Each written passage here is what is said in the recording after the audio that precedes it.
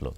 కానీ ప్రతిపక్షాలు చేసే పని ఏంటంటే అదే పని చేస్తాయి. కేసీఆర్ వ్యూహం. Welcome back. రాహుల్ అందరికీ రాసి పెట్టుకోమని ఛాలెంజ్ చేశారు సీఎం. ఎట్టి పరిస్థితుల్లోనూ కేసీఆర్ని గద్దెనెక్కనివ్వను, మళ్ళీ 2/3 మెజారిటీతో కాంగ్రెస్ ప్రభుత్వాన్ని ఏర్పాటు చేస్తానని విశ్వాసం వ్యక్తం చేశారు. అక్కడ వరకు బాగానే ఉంది. కానీ ఆ విశ్వాసం వెనకాల సమాధానం చెప్పే రీతిలో, అంటే కేసీఆర్ గారికి సమాధానం చెప్పే ప్రయత్నంలో ఆయన కూడా ఆ భాష మాట్లాడడం అవసరమా? ఎందుకంటే today is the CM of the state. మానవతారాయ్ గారు కాంగ్రెస్ పార్టీ నుంచి జాయిన్ అవుతున్నారు. ఆ పార్టీ సీనియర్ నాయకులు, పార్టీ అధికార ప్రతినిధి డాక్టర్ కుర్వా విజయ్ కుమార్ గారు, బీఆర్ఎస్ పార్టీ అధికార ప్రతినిధి.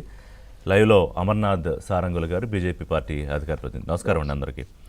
మానవతారాయ్ గారు, ఇప్పుడు కేసీఆర్ గారు తోలుదేస్తారన్నారు. అది అభ్యంతరకరమే. ముఖ్యమంత్రిని పట్టుకుని ముఖ్యమంత్రి పేరు ఎత్తకపోయినా పరోక్షంగా ఎవరినన్నా అర్థమవుతుంది.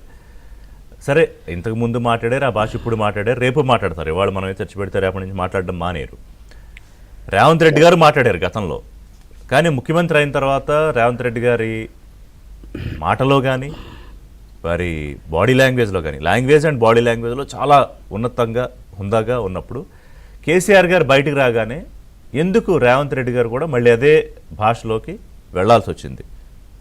ఇప్పుడు రేవంత్ రెడ్డి గారు సిద్ధాంతం ఏంటంటే ముళ్ళుని ముళ్ళుతోనే తీయాలనే సిద్ధాంతం అయింది. అట్లనే ప్రతిపక్ష నాయకుడుగా విజయవంతమైండు, ప్రజాకర్షిత నాయకుడుగా మారిపోయాడు.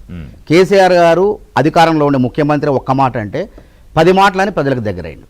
అయితే ఈ మధ్యకాలంలో నాకు ఎటువంటి కక్షపూరితం లేదు, నేను నా రాష్ట్ర అభివృద్ధి కోసమే నేను ప్రయత్నం చేస్తున్నా అని చెప్పి ఆయన పనేదో రాష్ట్ర అభివృద్ధి కోసం ఆయన ముందుకు పోతుంటే, మధ్యలో ఒక సంవత్సరంన్నర తర్వాత, అంటే ఏప్రిల్ 27న ప్లేనరీ తర్వాత ఒక సంవత్సరం తర్వాత బయటకు వచ్చి కుంభకర్ణుడు లెక్క నిద్రపోయి ప్రెస్ మీట్లో పెట్టి మనం ఏమనుకున్నాం, ఎంత హుందాగా మాట్లాడుతున్నా అనుకున్నాం. అంటే మాజీ ముఖ్యమంత్రి, ప్రతిపక్ష నాయకుడు, ఒక నిర్మాణాత్మక ప్రతిపక్ష నాయకుడు లెక్క వ్యవహరిస్తాడు ఉందాతంగా అనుకున్నాం. కానీ తోలు తీయటం ఏందండి? తోలు తీసే వృత్తి ఎవరిది? మటన్ కొట్టు మస్తాన్లది. నువ్వు మాజీ ముఖ్యమంత్రివా, మటన్ కొట్టు మస్తానవా అని అడుగుతున్నాం మేము. ఏం లేదు. అదేవిధంగా దద్దమ్మ అన్నాడు. అంటే 10 ఏళ్ళు నువ్వు దద్దమ్మవా? 10 ఏళ్ళు అధికారంలో అంటే ముఖ్యమంత్రి దద్దమ్మనా, ప్రభుత్వం దద్దమ్మనా? నువ్వు దద్దమ్మ అంటే మేము సన్నాసి అంటాం. చెల్లుకు చెల్లు, మాటకు మాట, చెల్లుకు చెల్లు. మీరు లేవనెత్తారు కాబట్టి, రెచ్చగొట్టారు కాబట్టి ముఖ్యమంత్రి గారు అదే విధంగా ఘాటుగా స్పందించారు. ప్రజలు కూడా చప్పట్లు కొడుతున్నారు, చాలా ఘాటుగా. తప్పదు మరి. ఇప్పుడు 4 మాటలు మాట్లాడితే అక్కడ అసలు విషయం కన్నా దీనికి ఎక్కువ చప్పట్లు కొడతారు. ముఖ్యమంత్రి గారు ఏమన్నారు? ఆయన ఇంకోటి శవరాజకీయాలు చేస్తున్నారు ఇక్కడ. ఆయన చావు ఎప్పుడు కోరుకోలేదు, మేము కోరుకోము. ఆయన 10 కాలాల పాటు పదిలంగా ఉండాలని కోరుకుంటున్నాం మాజీ ముఖ్యమంత్రి గారు. వారి అనుభవాన్ని మేము తీసుకోవాలనుకుంటున్నాం. ఏమైనా తప్పులు జరిగితే ప్రశ్నించమని అడుగుతున్నాం. అసెంబ్లీకి రమ్మంటున్నాం. మేము ఎక్కడికో ఏదో కారాగారానికో, కర్మాగారానికో, లేకుంటే జైలుకు రమ్మంటలే.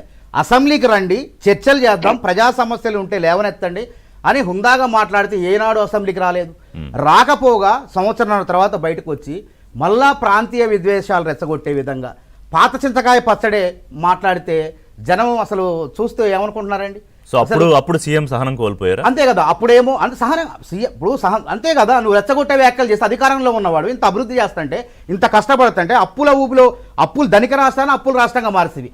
అప్పుల ఊబిలో గురుకుపోయిన రాష్ట్రాన్ని అభివృద్ధి పదంలో నడిపేందుకు తలసరి ఆదాయం మీది నాది అందరిది 4,30,000 పెంచే విధంగా ఆయన కష్టపడుతుంటే ఆ విధంగా మాట్లాడవచ్చా? అసలు దేని గురించి మేమందరం ఏమనుకున్నాం, కొత్తదనం ఉంటుంది అనుకున్నాం. కానీ పాత సీసాలో కొత్త సారా ఏం లేదు. మళ్ళా ఉద్యమ కాలంలో భాష అదే పద్ధతి, ఇవాళ ఒక లెక్క రేపు ఒక లెక్క. అంటే సినిమానా లెక్క? తెలంగాణ ప్రభుత్వంలో ఏం లోపాలు ఉన్నాయో మాట్లాడితే అర్థమైంది. 42% రిజర్వేషన్ల మీద పెద్ద ఎత్తున యుద్ధం జరిగింది. కనీసం దాని గురించి ఫామ్ హౌస్లో మాట్లాడి, అసెంబ్లీలో చర్చ జరిగినప్పుడు ఒక ప్రధాన ప్రతిపక్ష నాయకుడుగా మీ ఆలోచన ఏందనేది ప్రజలకు చెప్పారా? కనీసం ప్రెస్ మీట్లోకి వచ్చి చాలామంది బీసీలు కానీ ప్రజలు కానీ కేసీఆర్ బయటకు వచ్చిండు, ఉద్యమం చేసే అనుభవం ఉంది, ఆ ఉద్యమ అనుభవంతో 42% రిజర్వేషన్లు సాధించే విధంగా నరేంద్ర మోడీ గుండెల్లో నిద్రపోతాడు, మనకు సంతకం పెట్టేస్తారని అందరూ ఆశిస్తే మళ్ళా అదే మాట్లాడిండు. కొత్తదనమే లేదు. అదేవిధంగా వరదలు వచ్చినా రాలేదు. అదేవిధంగా కష్టాలు, ప్రకృతి వైపరీత్యాలు వస్తే ప్రధాన ప్రతిపక్ష నాయకుడుగా ప్రభుత్వానికి అండగా ఉండాలి. ఇప్పుడు కామారెడ్డిలో వరదలు వచ్చినాయి, ఖమ్మంలో వరదలు వచ్చినాయి. కనీసం ఎక్కడుండండి అప్పుడు? ఈ మాజీ ముఖ్యమంత్రి గారు ఎక్కడున్నాడు? కనీసం ఒక మాట మాట్లాడలేదు, ఒక పత్రికా ప్రకటన లేదు, ఏమీ లేదు. ఇవాళ సంవత్సరంన్నర తర్వాత బయటకు వచ్చి ప్రజల అంటే నిర్మాణాత్మక ప్రతిపక్ష బాధ్యత, గురుతరమైనటువంటి బాధ్యతను మర్చిపోయి ఇవాళ ఇష్టం వచ్చినట్టు మాట్లాడితే మరి రేవంత్ రెడ్డి గారు ఎందుకు యువకుడు, ఫుట్బాల్ ఆడేటువంటి ఫుట్బాల్ ఆడుకుంటాడు, ఆడేటువంటి సత్తా ఉన్న నాయకుడు, ఎగరగలడు, సింహం చిరుతపుల్లి లెక్క దూకగలడు.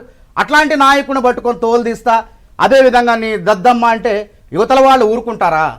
కాబట్టి ముళ్ళుకు ముళ్ళుతోనే సమాధానం, ముళ్ళును ముళ్ళుతోనే తీయాలనేటువంటి సిద్ధాంతంతో రేవంత్ రెడ్డి గారు అది ప్రజలకు నచ్చింది, అధికారం ఇచ్చారు, ముఖ్యమంత్రిగా బాధ్యతలు అప్పచెప్పారు, మధ్యలో మానుకున్నటువంటి అని మళ్ళీ మాట్లాడిచ్చారు. ఇది ఎట్లుందంటే పడుకున్న సింహాన్ని తట్టి లేపి కరిపించుకున్నట్టుంది, గుద్దించుకున్నట్టుంది, తన్ని గుద్దించుకున్నట్టుంది ఇది కథ మొత్తం చూస్తుంటే. ఓకే, ఎంత అనేది? సో ఇప్పుడు వాళ్ళు ఒక మాట మాట్లాడితే ఇక నుంచి సీఎం గారి స్టైల్ అంతే అంతే, మాట్లాడితే మళ్ళీ మాట్లాడతాం, 1-4 అంతే. ఒక మాట మాట్లాడితే 100 మాటలు మాట్లాడతాం. విజయ్ కుమార్ గారు, రిషి సో గారు మీరు ఒక మాట మాట్లాడితే ఇక్కడ నుంచి అవతల వైపు నుంచి 4 బుల్లెట్లు తోటల్లా వచ్చి తగులుతూ ఉంటాయి.